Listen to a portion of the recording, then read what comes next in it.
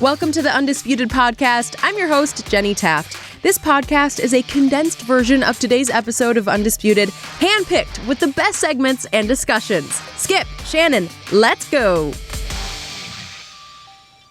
Baker Mayfield got a ton of playing time in the Browns' preseason loss to the Bills on Friday night. His final stat line, 7 for 13 for 75 yards and a touchdown. After the game, Hugh Jackson said, quote, Baker keeps his eyes down the field, and there were a couple times he got hurt early, but that's water off a duck's back to him. But Tyrod Taylor is still the starter in Cleveland. Skip, what did Baker prove to you on Friday night? So, Mr. Sharpe, here we go again. I saw it yet again. What'd you see? I saw Tyrod Taylor play with the first-string offense, and he looked just like the veteran, solid quarterback that he always is. He didn't play great, but he played solidly, just solidly. And then here came Baker Mayfield as the rain began to fall. Speaking of waters off a duck's back, because it started to downpour, and he's playing with nothing but backups.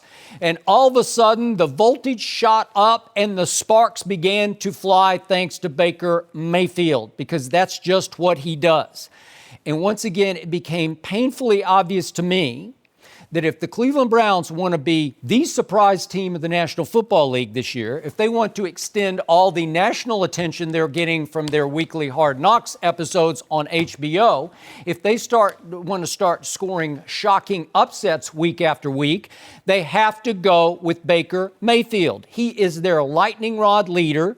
He is the guy on this team. You can see it in his body language. You can see it in the way the sideline reacts to him. You can even see the way the starters, who are out of the game by then on the sideline, react to what Baker's doing on the football field. And my biggest fear is that Hugh Jackson now sees an opening to preserve one more year of job security by saying, hey, we just need to hold off on Baker. We need to save him for next year. We don't want to rush him. We don't want to expose him to too much too quickly. And we've got Tyrod, and it's a legitimate excuse. You love Tyrod. Heck, I respect the heck out of Tyrod Taylor. So you'd already acquired him before you were able to draft Baker Mayfield. Right. And you can just sell that all day and all night to your Cleveland fandom that we want to go with tried and true this year and just let Baker stand and learn. Baloney.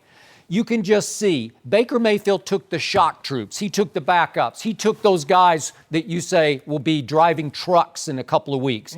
And he moved them up and down the field. He had a big drop, if we could see it, on a third down pass to some backup tight end whose name escapes me, who probably won't be with the team. And he's throwing to a kid from Texas A&M that maybe Jenny will remember, named Damian Ratley, that they got in the 6th round. That's his go-to receiver. The other kids was Orson Charles, who dropped the ball. And then he throws to... Orson Charles still in the league? Yeah. He's out of Georgia. Yeah, I know. Him? Yeah. He's one of their, like, the 4th-string tight end.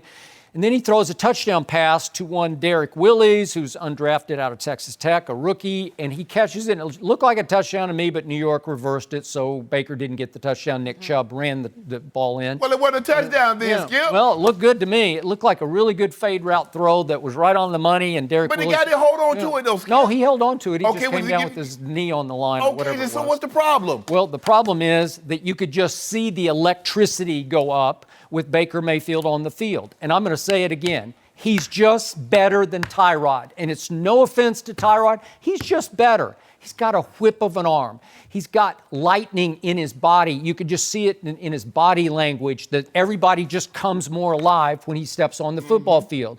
So I don't see it unless Hugh just wants to give himself 1 year of job security. And I don't know, maybe John Dorsey's thinking along the same lines. Hey, we've got Baker in the bank here. We can push it all back a whole year. Well, we'll be good for a whole year. And then the clock can start ticking on us when Baker takes over next year. Nope, not if you want to make a splash this year, because this kid is ready to make a splash. So you believe that the Browns should go with Baker Mayfield? Hugh Jackson should decide to go with Baker, even at the expense of his job. Expense of whose job? Hugh Jackson. I'm going to say he's going to not only save his job, he's going to take off as the head coach of the Cleveland Browns. You do realize that Hugh Jackson has won one game over the last 2 years. I do. He needs to win now. Skip, this is a very unique situation because normally what happens when a number one quarterback draft pick comes in, there's a new head coach. Cam Newton, he had Ron Rivera. You see, Andrew Luck had Chuck Pagano. Marvin Lewis had Carson Palmer, but John Kitna. So he had room. What it is, Hugh is already there. So now Hugh is saying, hold on, one game, I'm 1-31 in 32 games. I've got to win. Now, Baker Mayfield will probably outlast Hugh Jackson. But Hugh's saying, I hope not. but here's the thing. You know what? They could make quite a duo. They could, and I hope they do. But Hugh's looking at it like this. I would rather get fired playing the guy that I believe gives me the best chance to winning as opposed to going the other way. That's how coaches normally work. If I'm going to lose, I'm going to lose my way. And then I can live with that. It's when I do it someone else's way and it doesn't work out that I'm going to have the problem. I should have just followed my gut. I should have just went with my instincts. And Hugh's saying, I believe Tyrod Taylor early gives us the best chance of winning. Because here's the thing, Skip. You can always go to Baker Mayfield. But can you imagine 3-4 games into the season, Baker Mayfield is not playing well, and you got to go to Tyrod Taylor? He's the number. I don't care how cocky he comes off. He has emotions. He's human. You get benched. He's never been benched. He's always taken over the job. So he has the supreme confidence. He has the utmost confidence. Can you imagine week 4, week 5, he hadn't played well and now Tyrod Taylor starting? Can you imagine what that does to his confidence? You can always go to Baker Mayfield. I just believe in this situation, Hugh Jackson is handling this correctly. Start with Tyrod Taylor. Tyrod is not playing well. You can always go to Baker Mayfield. But if you start Baker Mayfield and things go sideways, you're going to lose your job, and then they're going to put Tyrod in there, and that doesn't work well for you. Who do you think long-term will be the better quarterback in the NFL, Baker Mayfield or Tyrod Taylor? I believe Baker Mayfield should. I think he's going to be a lot better, and I think he already is better. And Baker doesn't get any credit, Skip, for going up and down the field because he's the first overall draft pick. He's more talented than those other guys. So he's playing in a driving rainstorm with pure backups. And I don't know how many passes he throws to those guys in practice. I don't know. Does he have any rapport, any connection, any wavelength with, Damian Ratley? Seriously, does he? Jan, guess who else was playing in the rain? All those other guys. You make it seem Except, like Baker. Well, Tyrod did not play in the rain. The rain didn't start until Baker was on the field. I'm saying all those other guys and all the other team. You make it seem like Baker Mayfield was the only one getting rained on and everybody else was in the phone booth. No, That's but who has the hardest job when the rain falls? I think it's the quarterback. Silly me, I don't know. I think it's the quarterback. Well, I got to catch it. Yeah. It's no picnic for me either. Well, that's true, but it's harder to throw it than it is to catch it in the rain. Well, if you got big hands, it's easier to throw the football. Oh. But when you got, Oh, so now you're saying Baker has little hands? Little hands. Oh. I'm not saying anything. Well, hold on. What did the measurements say? How did the measurements read at the combine? What did they say? He had on the smaller size of hands, Skip Bayless. You know that, I know that. See, what you try to do, make it seem like I'm coming up with something. What did the measurements read? Well, Johnny Manziel is 2 inches shorter but has much bigger hands. Okay, so what you want me to do about that? I don't know. Maybe it doesn't matter. Well, maybe Johnny Manziel should have played first base or something. I ain't got nothing to do with me. I'm talking about Baker Mayfield. And Tyrod Taylor should start. Tyrod Taylor has done nothing. If Baker was like, oh my God, he's only completing 54% of his passes, Skip Bayless. Tyrod has a better completion percentage. Yep. More yards per attempt. So what do you want me to do? It's not like he's falling off the cliff. If you took the tape of these two quarterbacks through 2 exhibition games and you just sent it around the league to various GMs and personnel directors, I promise you the votes would come back in heavily Tyrod. that it would be Baker Mayfield, that he's just outplayed him. You can just see it. If you put the eye test to what you see, what I just see on television, you can just see Baker's better. You can see that even the backups, the shock troops respond better than the first team did to Tyrod. You can just see it. I know a guy that can give you a great deal on the 4K television because you need to get a new TV. That 2K that you got. You know what? If you see in that, what? We just got all new TVs just like a month ago. I got 2 new ones in my office, and we got a big new one in the living room. We finally just broke down and said, we got to do this. Yeah. So we've joined the present. Yeah. So there's no concern that There's you're no, seeing I can everything? see it. Well, I got new 4K. I don't need glasses like somebody across from me. Yeah. Unless those are just glasses. No. Do those have prescription? Yeah, they got prescription. Oh, I don't know. I don't need it. And when I can see watching everything. that 4K, I was like, Next up on Thursday night, Tom Brady plays. You can do my job too. Yeah, I can do it all. I got LASIK surgery. I can see clearly. No, you can't. have You a hard blinded. time. That's a Tom Brady contact in your eye. You can't see nothing. Nope. Baker Mayfield is better than Tyrod. So if they want to make a big splash this year, the future is actually the present. No. That's what Baker Mayfield You is. don't He's do- the future and the present. Do you listen to you? You watch Hard Knocks. Tyrod Taylor is my starter. Said it from the start. Okay, then. And it's good job security for you. Just stash him, put him on ice. We're not Hold everybody if off Ty- for a year. Listen, Tyrod, you're the starter. But if at any point you do not fulfill your obligation to this team, You Baker know, Mayfield in the will be end, there. and I like Hugh too, but this is just the painful truth. Who's more valuable to this franchise right now, Hugh Jackson or Baker Mayfield? You love coaches, so you'll probably say Hugh Jackson. But it's Baker. So why would you stunt his growth for a whole year? Hey, he said this growing. Yeah. First of all, he stopped growing at 17. Okay, and so why would you, like you're doing the worst case scenario.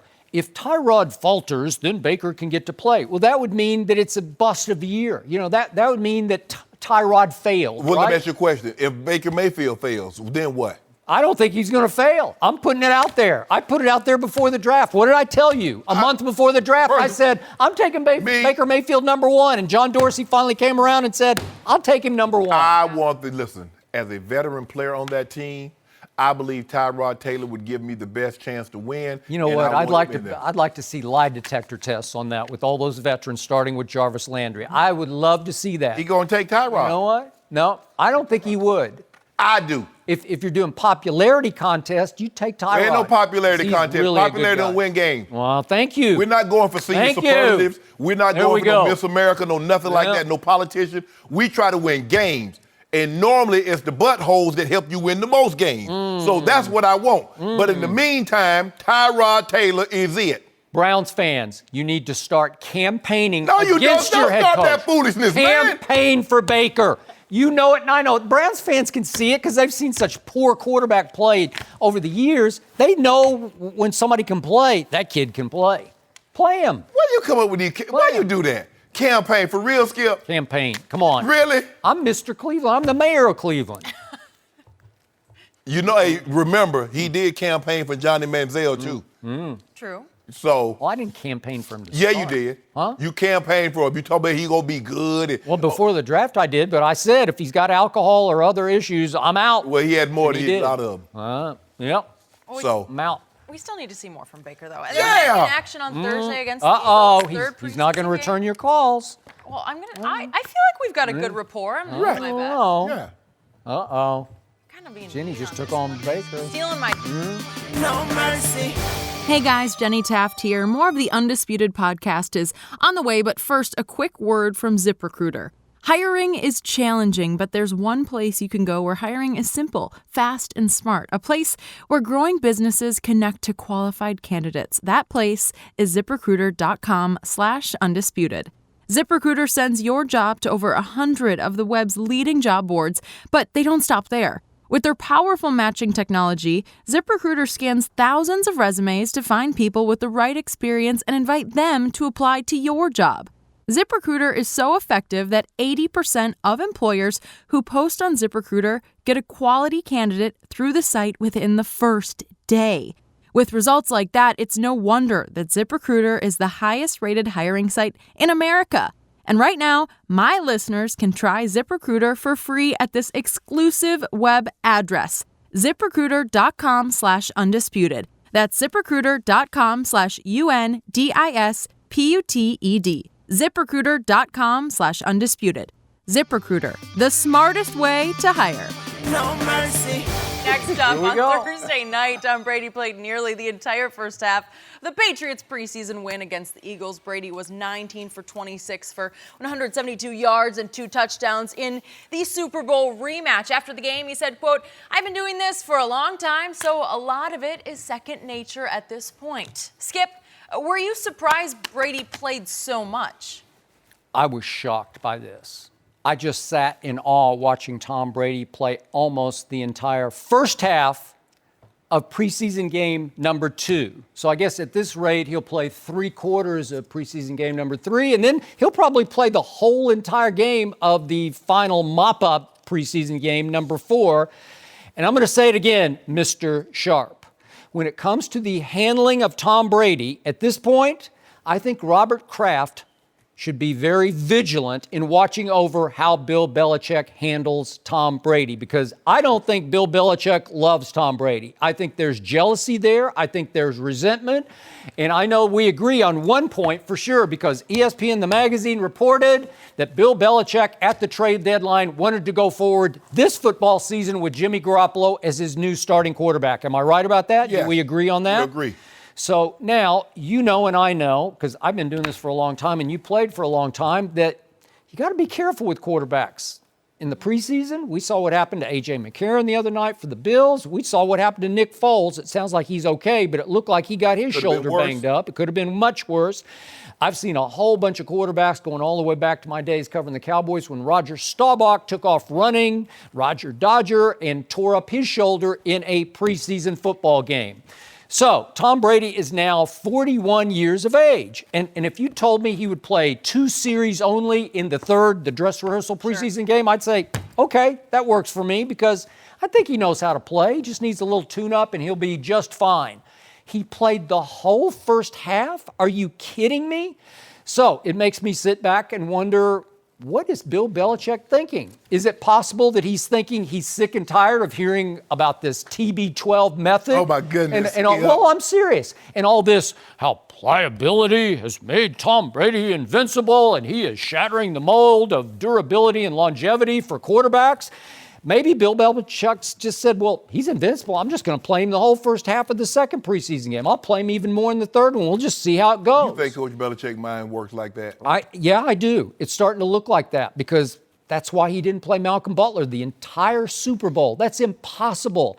And that's why, do you remember after the AFC Championship game, Tom Brady somehow, I don't know how, you question, you're suspicious about it, but he tore up his thumb. He needed 12 stitches at the base of his throwing thumb, on his throwing hand, before the AFC Championship game. And how did Bill Belichick knock that down after the game?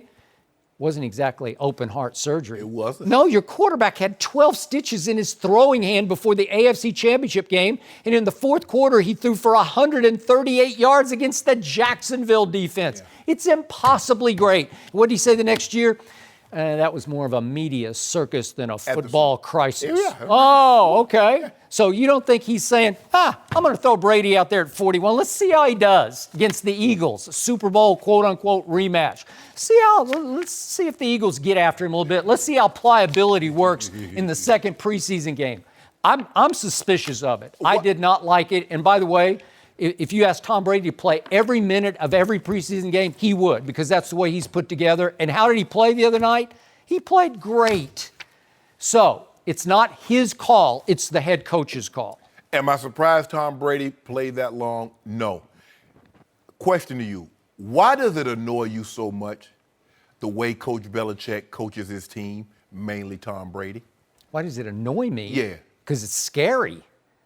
Football is scary. It's a dangerous game. Yeah, I agree. That's why you don't play your quarterback, your 41-year-old quarterback, for the whole first half of the second preseason game. This is what I believe transpired. I could be totally wrong, but I believe I'm right here, Skip. Normally, what does everybody do? They normally game plan win the third preseason game. Coach Belichick says, I'm going to pull one on them. I'll pull a fast one on them. I'm going to game plan the second preseason game. So does that mean Tom won't play any in the third? There's a great possibility that he will not. But because he's like, third preseason game, everybody's going to game plan formation. Me, I get the game plan. Hey, this is what we're going to do. I get Tom some great work. I get some looks that they don't expect to be coming, and boom. Because anyway, I don't care how great Tom looked. Skip, I'm not going to remember. Will you remember this game in week 4? Yeah, I will. I will remember this forever. But you know what I won't forget, Jenny? Super Bowl 52. I'll never forget that as long as I live. Is that all you got? So look, listen, Tom was great. Minus Gronk, he was sharp as ever. Chris Hogan doing Chris Hogan things. Edelman doing what he does. Hey, Tom is going to spread the ball around. This is what I believe transpired. They game plan for game 2, knowing that the Eagles were going to game plan for game 3, get Tom Brady some good looks, get him some good work, get him up out of there. Hey, Tom, you good? We good. see you opening day. But Skip, don't read too much into this. This is nothing. You ever heard of this before? No. I haven't either. I've never heard of it. In all my years. I've been doing this way longer than you played. I've never heard of this before. But that's Coach Belichick. You know he does things that are unorthodox, that normally why is Coach Belichick doing that? And doesn't it just seem dangerously risky to throw him out there that long against a team that's really good?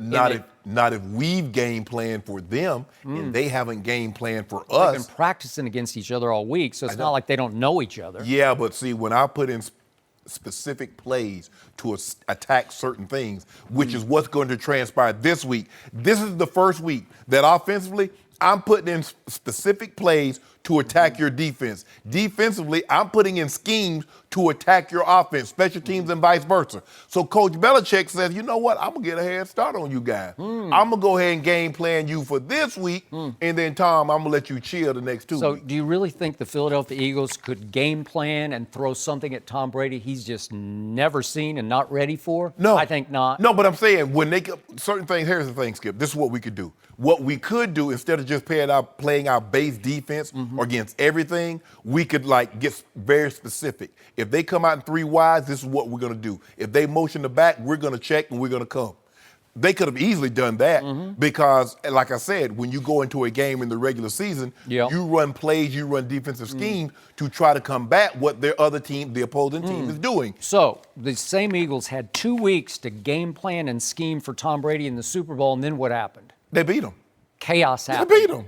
He threw for 505 yards. He put up 33 points and almost put up 41 points. And guess what they were saying? That they loser. Boy, Step right up. He was just fooled all day long. The Eagles had his number all day long. He only broke the all-time playoff record for yards and passed. took the L. Nobody's going to read. That's going to be a footnote. I know, but that's a footnote. No, that's not a footnote. That's a footnote. Everybody knows. That's going to be the biggest trivia question ever. Who holds the I don't want all-time that. record? I don't want that. Do you think I would want the record, if the all-time receiving record for a tight end? Do you think I want that in the L? I mean, no, I don't want that. Don't you ever mention me in a losing effort? Yeah, but there's a big asterisk on this game because Bill Belichick, Ain't no the great asterisk. Belichick, didn't play Malcolm Butler. That's all you need to know. Malcolm Butler did not play. Skip Bayless, there is no asterisk. If there's not an asterisk on any of those first 3 Super Bowls, knowing what we know about Spygate, there definitely should not be an asterisk on this game. Just go ahead and I know it's hard. It's hard to swallow L's because L's without water, they go down tough. I can just see Belichick before this game. No, he's indestructible. I'm going to play him the whole half. We'll just see how indestructible he is for the whole half. Skip, I believe there's a rhyme. There was a reason he did what he did. It's okay. That's Coach Belichick. What's the reason for Malcolm Butler? Because you still haven't given me a good one. Malcolm doesn't know. I don't. Nobody knows. The only person that knows. It's called sabotage. Don't do that, Skip. I'm doing it because that's the only logical reason. You do know. Sabotage. If Tom Brady's wins 6, so does Coach Belichick. That makes him look good also. So why would he do that? Because he got his hand slapped, his wrist slapped by Robert Kraft. He said, nope, I'm intervening. For the first time ever, I'm going to make a football decision. You will keep Tom Brady. You will play Tom Brady next year going into 2018 season, and we will trade Jimmy Garoppolo. And I don't think he'll ever get over that. So Robert Kraft better be careful. I told you, he better watch carefully how Belichick is handling the 41-year-old quarterback. Mr. Kraft is just fine. He knows what's going on. He trusts Coach Belichick. Coach Belichick will always act in the best interest of the football team. His obligation is to the football team, not to Tom Brady. And if he felt that Jimmy Garoppolo was going to be the best viable option moving forward, he owed it to that football team. I don't care what Tom Brady has accomplished because he was very, very well compensated for what he's accomplished. Moving forward, it's Coach Belichick's job to make sure that who's going to be the best for us moving forward, not who's accomplished the most for us in the past. So Brady's favorite receiver, wideout receiver last year was Brandon Cooks. And what happened to him? He just dumped him. He just jettisoned him. But what did the Rams do? They gave him a big contract. Amendola was the same thing. But the big signing in the offseason, I thought, was Jordan Matthews from Vanderbilt University. Cut. But Skip, Cut. But who does Coach Belichick, You know this. You know Coach Belichick in his almost 20 years of being there. If you're not going to play for less than market value, you can't stay there because the quarterback. Now, this is why his teammates don't like Tom Brady. They love Tom Brady, but because he's always taking less than market value. How can I come in as a tight end, as a wide receiver, a D lineman, and get market value when the best player on the team that's ever lived has always taken less? So you think they resent him for that? Yes, Skip. When he's trying to win by taking less than market value? I'm trying to get paid. He should be the highest paid player in pro football. Skip, I give you probably constantly sacrifices for the good of the team, and you're saying they're holding against him? You remember when A-Rod wanted to give back money to go play for the Red Sox? And they say, I'll be damned if you do that. We're not setting that precedent. When you set that precedent, Skip, at the end of the day, I get it. That's Tom's decision. He wants to take less than market value. But Skip, when I go in there, my contract is up. I don't want to take less than market value just because he did. How is that fair to me? So LeBron James always insists on the max. Yes. And at midseason, he's always saying, I just don't have enough help. I don't have enough help. Well, maybe if you took less money, you'd have more help. What? Tim Duncan always took far less money. What? By the end of Tim's career, he's taking like $5 million. Yeah. Guess what? LeBron James one day will not be playing basketball. I don't think the Spurs are going anywhere. I don't think the Patriots are going anywhere. So Mr. Kraft is going. So he got $255 this year. Guess what? In 5 years, that'll probably be $355. So in other words, the Patriots and the Spurs are going to continue to make money. So I need to maximize my earning potential while I'm playing. So and Tom Brady does is he have any hindering earning potential off the field, LeBron James? I think he makes a whole lot. Don't worry about what he's doing off the field. Why you counting that man's pockets? So he needs to maximize. All I'm saying is, look, this is what I'm saying, Skip. Tom Brady, when Tom Brady does his contract, let that be Tom Brady. But don't come to me when it's my time and say, well, Tom took this. I don't care what Tom took. I want my money. Who keeps going back to the Super Bowl every year? I don't care. Patriots. Okay, so let me get this right. So the only way you go to the Super Bowl is take less money? Oh, so you can have more help. Oh, the team should be better. So if your coach. So now Tom Brady has help because you keep telling me Tom Brady didn't have no help. I'm glad you put that out there. Malcolm Mitchell, his favorite young receiver, cut. No. What's going on here? All I'm saying, it just Tom Brady like has sabotage. Help. All I needed you to say was Tom Brady had help. That's all I wanted. Jenny, go ahead. All right, we're going to leave it right there NFL for now and talk a little bit about LeBron since you guys already started. Yeah, what really happened between LeBron and Steph Curry at the NBA Finals? Steph gave us his answer, and we'll tell you next. No mercy. So remember this moment at the end of Game 1 of the NBA Finals with the Warriors up big in the final minute. LeBron blocks Steph Curry's shot and then stares him down. Steph was on the Bill Simmons podcast and described that moment. He said to LeBron, quote, "We're about to win and you're worried about mean blocking my shot and talking trash?" Then LeBron responded by saying, quote, "I got to do that to make sure my teammates know I'm a mentor." Steph then said, "That's messed up." Shannon, what do you make of that? This tells me everything I already knew about LeBron James, that you don't always have to lead when you're winning. When you're losing, sometimes the best leaders are formed. 11 seconds, you're down 11 with 35 seconds. If he doesn't block this shot, Skip, who cares? No one's going to pass, but he cares. Skip, let me tell you a true story. In 1995, I had off-season surgery, 94 going into the 95 season. Didn't play a whole lot in the preseason. First game of the season, Skip, we played the Buffalo Bills. I go bonkers on them. I go 10 for $180. I'm offensive player of the game. After the meeting, Steve Antonopoulos, the athletic trainer, says, Mike wants to see you in his office. So I go up there. I beat Mike to his office. I'm sitting down. And I'm thinking, Skip, he going to tell me, man, you played a heck of a game. You had off-season surgery, didn't play a whole lot in the preseason. That's what I'm thinking, Skip. I'm finna heap the praise on your boy. Skip, he cuts the tape on. Shannon not playing hard. Shannon not running hard. Shannon not finishing his block. Cuts the tape off, he looks at me. He says, "I'll never accept anything in a win I wouldn't in a loss." Had we lost that game, that would have been unacceptable. But you won. We won, and it's unacceptable. LeBron James must send a message. He must show his teammates at all time, I am the leader, and this is what is accepted. This is what is expected, not only of me, but of you also. See, a lot of the biggest misconception is that you get strength from lifting weights. You get strength from overcoming what you thought you couldn't.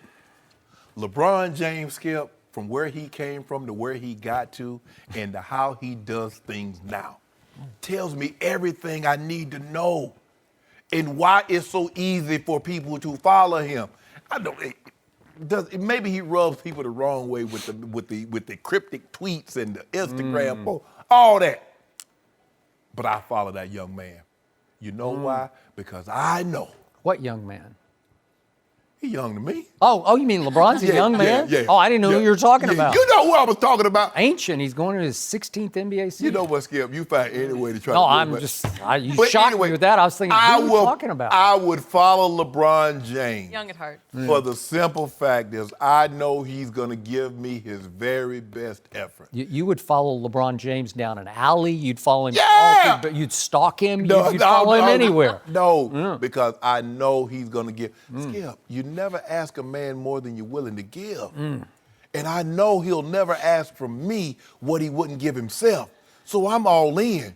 That shows you, Skip, at 11, with 35 seconds, you're down 11. No, Steph Curry, you're not getting that. You know why? Because I got 7 other guys on the bench watching me to see what I'm going to do. And I refuse to let you get a layup. That explains what happened in Game 7. He could have easily let Andre Iguodala with 1:50 go in a Game 7. But he says, no way, not on my watch, not tonight. Now, what did that have Not to do with tonight. this? It had nothing Because to do. at all times, LeBron James is letting you know, I'm the leader of this team, and I'm going to do it the right way.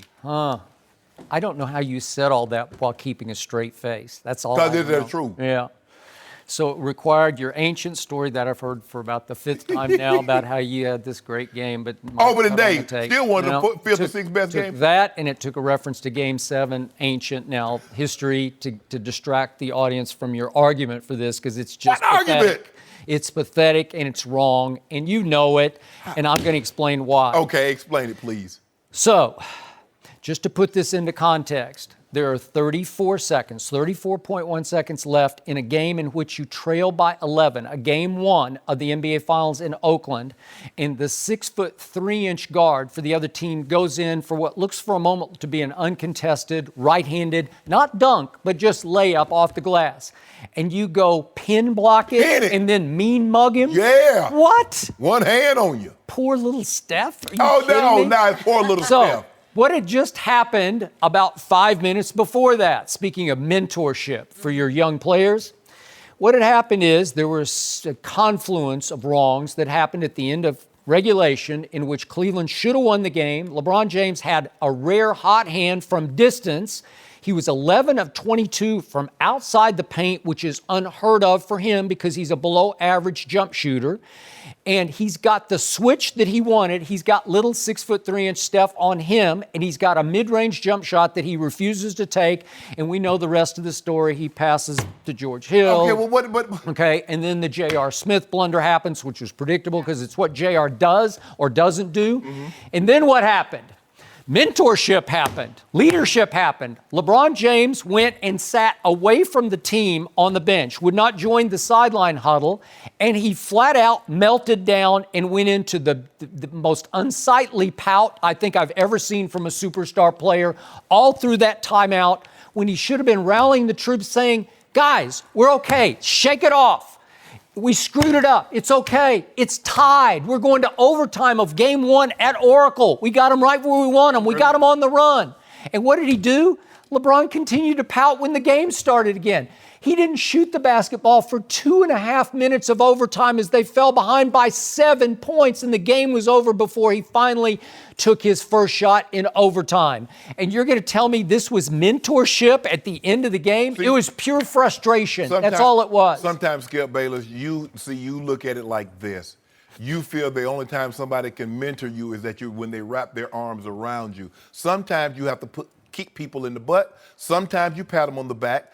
There are different ways. But in this situation, and before I go any further, Skip, which was a bigger pout job? LeBron James, what he did in overtime, or what Kobe did in Game 7 when he refused to shoot the ball out? This is game 1 at Oracle. Okay. You've got them. Okay. You've got them. Just You've got the invincible, the prohibitive favorite Warriors. You've got them on the ropes. You got them on the run. You got them. They had them on the rope until JR blunder.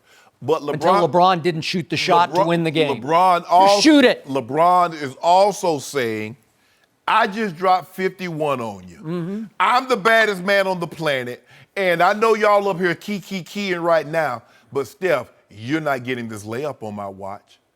Well, and that's mentorship, that's leadership. Leadership would have been rallying those troops. That is pathetic to me. He did. You know how he rallied them? He got them all the way to the NBA Finals. He rallied them. He rallied them in 7 games against Indy. Through the cakewalk that is the Eastern Conference? Are you kidding 7 me? games against Indy. 7 games against the Celtics. Yeah. Swept the #1 seed. He rallied them all the way to the NBA Finals, Skip Bayless. So what did LeBron's behavior in that timeout ahead of the start of overtime teach the young players? What did it show them? What do you think they learned from LeBron's behavior? Put your time in the gym. All that extracurricular stuff is unnecessary. There's a time and a place for you to do all that. And the NBA is not the time, and in the hotel room or wherever you go is not the place. That's what he's telling them. See, that's what makes I'm going to melt down over here while you guys try to figure it out? No, they. See, this is what make great players upset, and it's not easy being a great player. And I'm just speaking from a standpoint, and I'm not saying I'm great. Was never great like LeBron, but when I can live with the fact that you might not be as talented as I am, but what I cannot live with and what I refuse to accept and tolerate is you not working hard. And what does that have to do with that moment? Yeah, because LeBron James said there have been times that this shouldn't have happened. You in the NBA, Skip. How does a guy that's in the NBA for 13, 14 years not know how much time is on the clock? He's done this repeatedly through his career. It's been his MO. It's been his history in the league. No, that's unacceptable. J.R. Smith, that's who he is. So he's saying, guys, if you want to be like me, this is what you need to do. So you give up? You quit on your team at that point? Yes, he did. No, he did not. Quit. He wouldn't even shoot the ball for the first 2.5. That's a long time. He scored 51 points and he won't shoot for 2.5 minutes of overtime. If you don't mind me, that's a meltdown. If you don't mind me asking, how many shots did he force? He didn't force any, so he wasn't going to force any in overtime. Got him on the run. You're down 7. The game's we over. had him. Yeah, if JR just lays the ball back up, we got him on the run. Exactly. Yeah. I love how a guy has the ball in his hands. All he has to do is go back up. If Kevin Durant blocks it, so what? You might get a foul, but it's LeBron James's fault.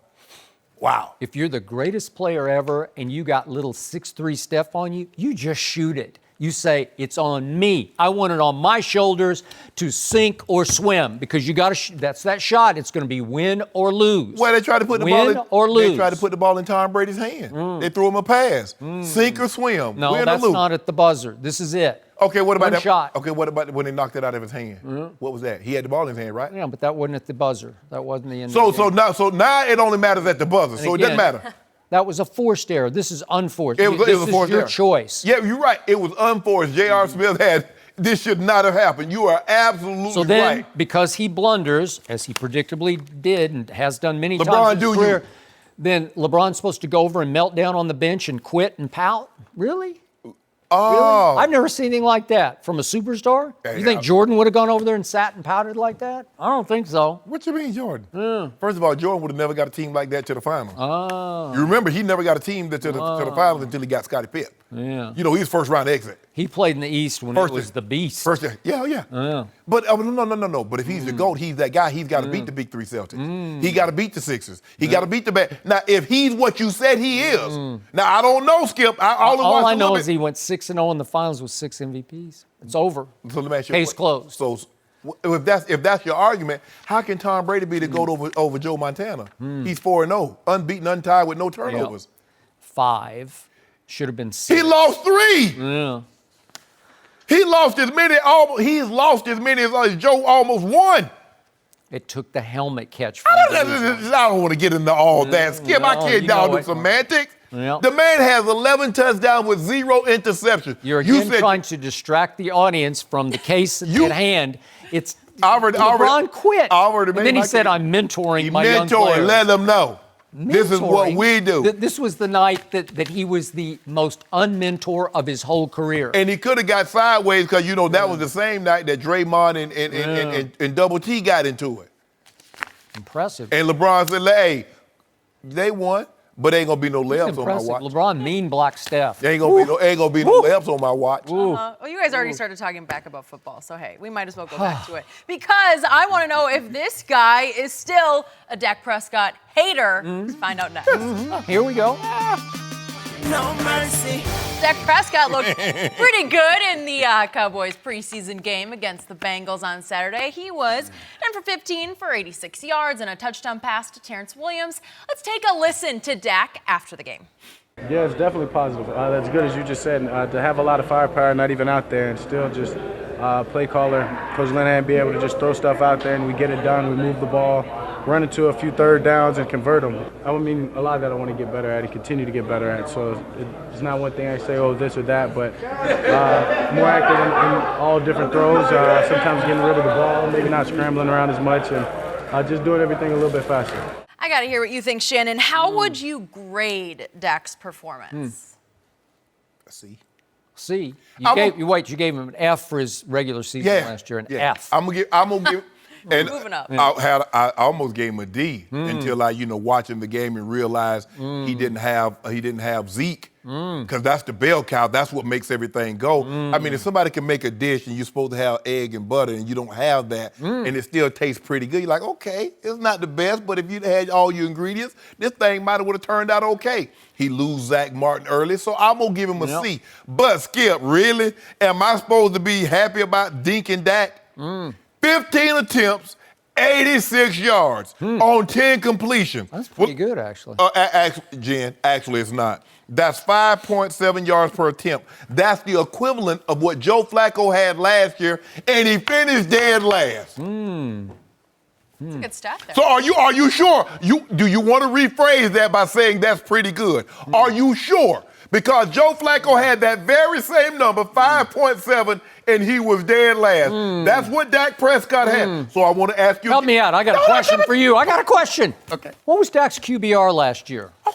What was it? Hold on. It was 4th in the league, and you gave him an F. It's not He was your 3rd in the turn. league as a rookie, and he plummeted. It's and all not the way your to turn. 4th. Well, you wait your. You know what? Interesting. You got in trouble a lot in school, didn't you? Because you talked out of turn, you broke in line. It's not your turn, Skip. There's protocols. How can you get in trouble when you make A's every time? Because straight A's. That's because all I when ever made. the was Never straight a A's. C in your life? I never got anything. Never one. No. But here's the thing. When the teacher says it's not your turn to go to the water fountain, it's not your turn, Skip. That's what you got in trouble for. I'm not talking about your but I know you got I know you ain't old Sharpe is old Sharpe, but I know you had it going on upstairs, but that's okay. I'm talking about Dak. Now, again, I want to ask you one more time. I'm going to make sure this is on the record. Are you sure you're okay with Dak being 10 or 15 for 86 yards? I am. I like it. With 5.7 yards per attempt because that was dead last year for Joe Flacco. You see Skip Bayless? I keep telling you. What was Fluco's QBR last year? Bottom of the barrel. That's interesting. If you don't mind me asking, when the playoffs started, can you tell me where both teams were? Doesn't really matter. Exactly. That's my point. So his QBR, so he finished 4th in QBR. Yeah. And 4th. How do you get an F when you finish 4th in the league of like 36 qualified quarterbacks? You know what? It's hard for me because I don't really know, because sometimes you scramble. If you throw for X amount of yards, you avoid the sack, your QBR goes up. I can equate losses. Did he win or did he lose, Skip Bayless? He won. No, he didn't. You know, it was miraculous that Dak Prescott led that team to 9-7 last year with no Zeke for 6 games and no Sean Lee for 6 games and no Tyron Smith for 4 games. What about the time How do you do that? They had leads. They had a lead in a lot of those games. Remember the Rams? They had the lead in that game. No Sean Lee, I told you. They had the lead against the Falcons. Look at Dak's QBR in those games.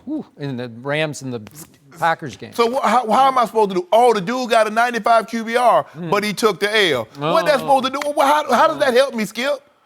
Well, you have to play defense, and they won't let Dak play safety. If they let him play safety, we might be having a different conversation about last year. Are you first two-way player? Are you blaming the defense for Zach's shortcoming? I'm blaming Sean Lee. Yeah. You ought to be ashamed of yourself. I'm proud of myself. No, you shouldn't be. Because one of us is telling the truth. Because you be blaming everybody else except Dak. You know what? Tell me when it's my turn. It's your turn, but you need to stop blaming folks for Dak's shortcomings. I'm going to say this again. I'm really liking my Cowboys this year. I am really, really, really liking my Cowboys. And somebody across from me is going to be in big trouble this year because somebody's going to have to eat a whole bunch of Cowboy crow week after week after week. You can sip all you want on whatever you got in that. Don't worry about it. Stop telling people. Whatever you got, because you're going to need more of that. They're going to have to refill it every break because you're going to have to just For what? sip it and sip it. And You sip believe? it. Well, Okay. So on Saturday night, I give Dak Prescott an A- because he pulled off A- against the Bengals' first-team defense. It was another thing of beauty drive, 82 yards in 16 plays. What does that smack of? That smacks of Deke rookie year. and Dak. No, it smacks of third down conversions. He had 3 of them. 3rd and 7, he goes to his new receiver, Allen Hurns. 3rd and 3, 8 yards. he goes to his new rookie receiver, Michael Heekin Gallup. 8 yards. Can we see that play to Gallup? Look at this, rocket, whoosh. And listen, it was a yards. good grab by Gallup, too. He's got good hands. 8 yards. He's got long arms and good hands. You're going to be in trouble. And then what happened on 3rd and goal from the 6-yard line? Escape happened. Could we see the escape play? Because most Tony underrated- Romo did that. Aaron Rodgers made that famous. But Look at anyway, this, go look at ahead. this, look at this, look at this. Touchdown. T-Will. He was T-Won't last year. He's Oh, T-Will this so year. now you T-Will now. T-Will. Where there's a will, a T-Will, there's a And it way. won't. Yeah. So once again, what I saw was a quarterback who once again, for a 3rd straight professional football season, will have a top 5 QBR. Because what's most underrated about Dak Prescott is his extreme mobility for a man who weighs 250 pounds. He's as nimble as Cam is at 250 pounds. He doesn't run straight ahead the way Cam does, but he can escape in the pocket, he can roll out, and this is a Dak-friendlier offense because they're rolling him more, and he's more comfortable escaping, spinning the wrong way out of the pocket, throwing across his body to T-Will on 3rd and goal from Aaron the Rodgers. 6. Touchdown. Aaron Rodgers do that better than anybody. Yeah, but this is 250 pounds, and Aaron Rodgers is turning into little Tony Romo because every time he gets hit, collarbone fractures. Skip, I'm giving collarbone. you Skip. I Tony gave, collarbone. I gave him a C because he didn't have Zeke.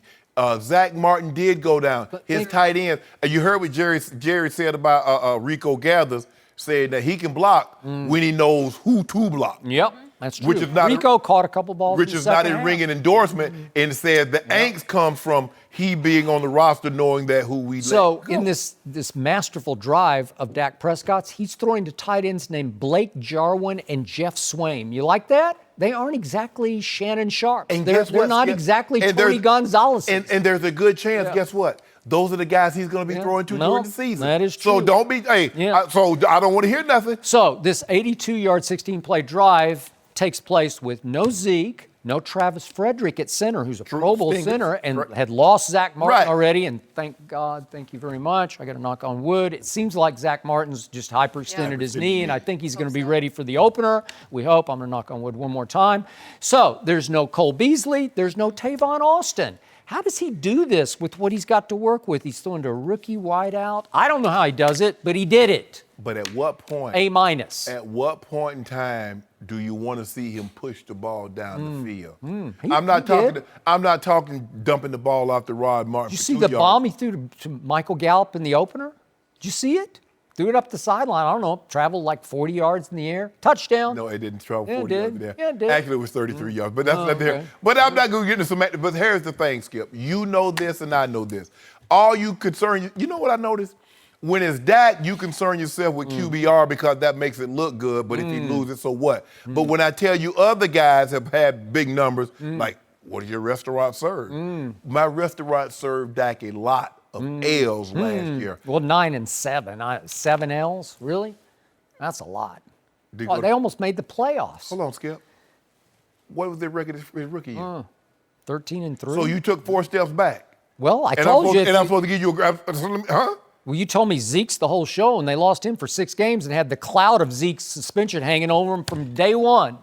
Yep. give a C. What could have gone wrong went wrong last year. I tell you what, And you- all of a sudden, guess what happened the other night, Mr. Sharpe? What happened? In the first half, the final score at halftime was 10-0. 10-0. That means Cincinnati's first-team offense scored 0. Guess who? They some slow. Hey, Jalen Smith suddenly looks like the Jalen Smith who played at Notre Dame. Was for All-American, should have been a high first-round pick. Yeah, he is back. Yeah. He is completely back. And all of a sudden, Awuzie has a spectacular interception, and they're getting their hands on the ball, and they're forcing turnovers. This defense is going to be way better than it was last year. Okay. And by the way, Taco Charlton, sack. Tacos for everybody. Here we go. How many times did you see that last year? You remember last year? You remember that in the preseason? Yeah. Oh, he was getting the tacos ready. He had them. Oh, Jada, he was stuffing them lettuce, had cheese, had some ground beef. You know what? Hey, one time during the season, ain't nobody getting no tacos. Coming alive. He was eating enchiladas, no tacos, because taco ain't do no sack dance. I'm liking this Cowboy team a lot. Okay, you like it. You liking it a lot. Yeah. Okay. Yeah. Well, we'll see. We'll see, Mr. Bayless. And who needs Zeke when you got Rod Smith, Jalen's brother? He's a load, man. Hold on. Who needs him? Hold on. It's Dak's team. Hold on, Yeah. You said who needs Zeke? Yeah. We got the other Ohio State back, Rod Smith. Well, we got him. He's happy right now, Shannon. Zeke, very happy. Zeke gonna rush for about 1,800 yards. Good. And you'll be keeping all the praise on Dak. I got him for about Zeke. 2,200. I tell you, well, he won't play another down. He rushed for 2,200 yards this year. He will not play another down. In the preseason, you mean? No. Zeke hadn't played yet. Oh, ever? Yeah. Okay. I'll take that. I'm fine with that. Oh, no, he gets 2,200. No mercy.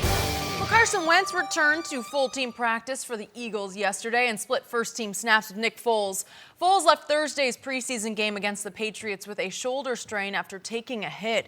But head coach Doug Peterson said Wentz looked fresh and he's where the team wants him at this point in his recovery process after tearing his ACL. The Eagles season opener is just over 2 weeks away. Wow, 2 weeks away. Shannon, how will this quarterback situation play out for the Eagles? I mean, there is no controversy brewing here. If Carson Wentz is healthy, he's going to be out there. What if he's not? He has 2 weeks from Thursday. So 2 weeks from the 23rd of August. That's what Carson Wentz has to get ready, to prepare, to be able to go. You think he's going to play in the next 2 preseason games? I do not. I do not. So you think he's going to go out on game number one, Game number one and go. Just play? And just play. Good luck. We don't need luck. Well, Carson Wentz has been playing football. Carson Wentz has been playing football all his life. See, luck is what happens when preparation meets opportunity. The man who has his house in order. Luck, some call it. You see what I'm saying, Skip Bayless? Did your grandfather say No, that? why? See, there you go with all this stuff, Skip. Let me have my moment talking about old Will Sylvania.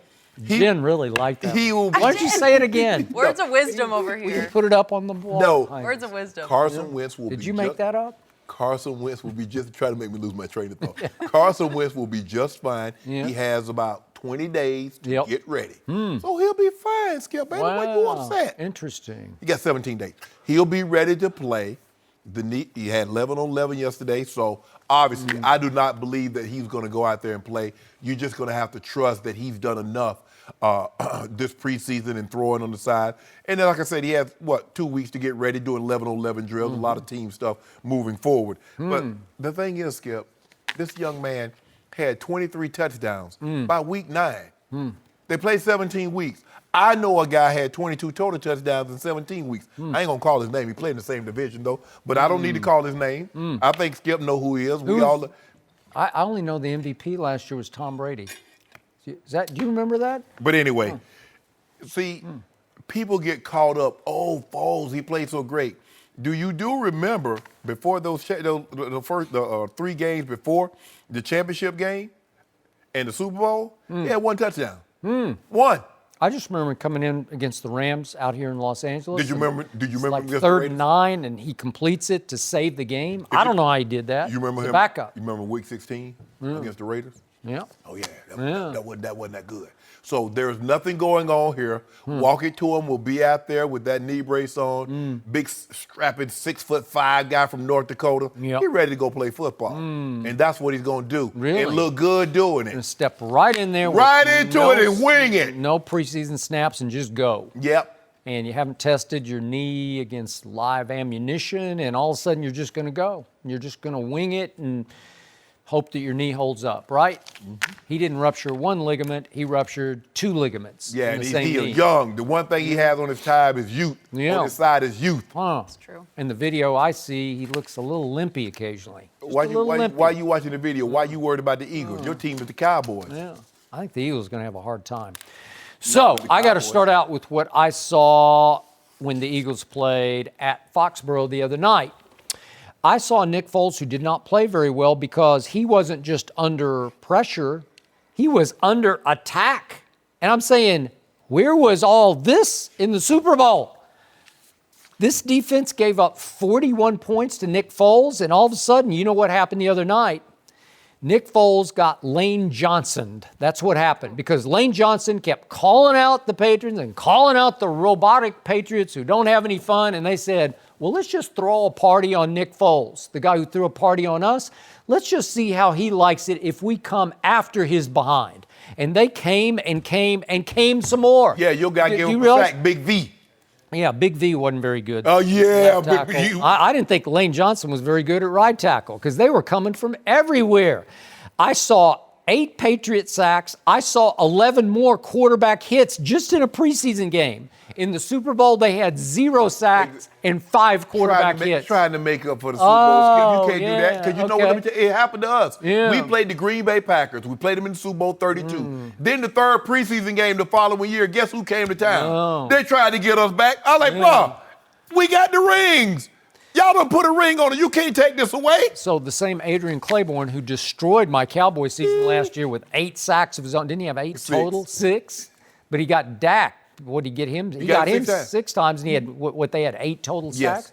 Dak got sacked 8 times, and Adrian Claiborne made a lot of money that day, I guess, because that got him to the Patriots. And he looked like that same guy who wreaked havoc on my Cowboys in this game.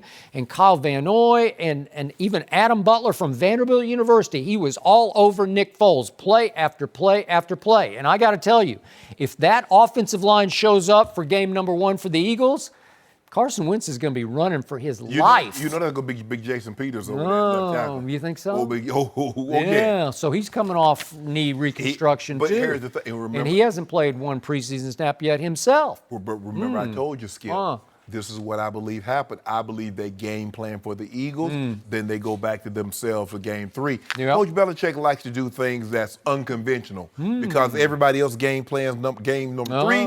I'm going to game plan game number 2. And then you do all these exotic. They come with a couple of more blitzes and things that you normally see. But don't worry about that. All I'm saying is Carson Wentz will be ready to go play, and he'll be MVP Carson Wentz like he was last year. You think so? Yeah. Do you want to bet on that? Bet on what? Bet on him being MVP. No, you just threw it out there. I'm saying he'll be the MVP like he was last year. He'll be himself. Oh, but he's going to win MVP, or what? What are you saying? He'll be his MVP caliber-ish self. Because you've already talked about Aaron Rodgers winning MVP, so they're going to be co-MVPs or what? First time. I already talked about what you call him, that team winning the NFC East too. You want to talk about that? Yep, I got that because I think the Eagles are going to struggle this year. I thought their defense, once again, Tom Brady picked right up where he left off in the Super Bowl, and he threw another party. We still celebrating. Yeah. We still celebrating our Super Bowl. We? Yeah. How did you You become see that a big we? old eagle, that big old man? I saw the big old ring. I was like, goodness gracious, big old ring, Well, it's this good. big. Good while it lasted. And Nick Foles got MVP on it. His ring got MVP. How can someone be an MVP in the Super Bowl when the GOAT is also in that game? How is that possible? It sure looks to me like Nick Foles is going to start game number 1 because it just doesn't seem like Carson Wentz is ready. He'll be ready. Yep. He don't have to be ready now. He don't have to be ready next Thursday or the following Thursday. But in 2 weeks from Thursday. Really? Yes, he will be ready to play. But I know. his teammates are saying he looks good. Look good. He looks great. Look great. Zach Ertz said he looks like he always does. What do you think they're going to say?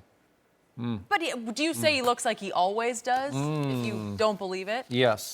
You would No. say I don't that know to if the I would say media. that. No, you would say that I to will the know. media. I don't lie. Yeah. I do not lie. Yes, you My do. granny ain't For raised your no lie. Team, you lie. No. Yep. I tell the truth. Nope. All occasions. I can Come tell on, by your really? accent that you're using. You're not really? telling the truth right now. Really? Yeah. You calling me a liar? Yes. Oh my Yes. goodness. No Call me a lies liar. from this. No, I'm not a liar, Skip. Never. Never. Everybody knows me. I'm really a good guy. Yep.